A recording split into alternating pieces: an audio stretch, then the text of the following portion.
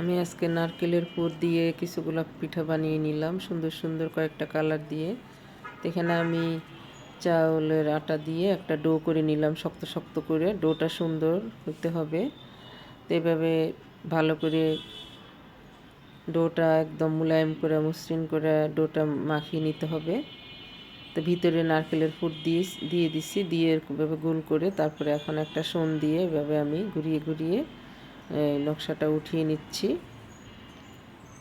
এইভাবে আমি অনেকগুলো পিঠা বানিয়ে নিব। এটা ভাপে দিলে বেশি মজা হয়, দেখতেও সুন্দর হয় আরও।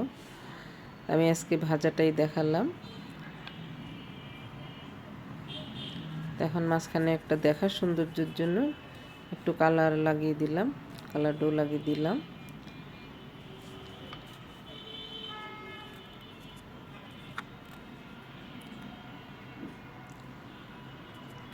এখন আমি লাল গোলাপি একটা কালার দিয়ে একটা ডো করে নিলাম।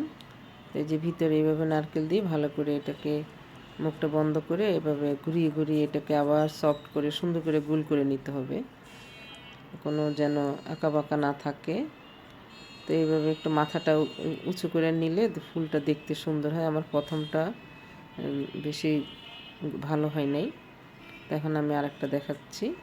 তো এভাবে একটা সোন দিয়ে ঘুরিয়ে ঘুরিয়ে করে নিলে একদম সহজভাবে, একেবারেই সহজ সুন্দর, মেহমান অতিথির সামনে এভাবে সহজভাবে সহজ পদ্ধতিতে পিঠা বানিয়ে পরিবেশন করবেন।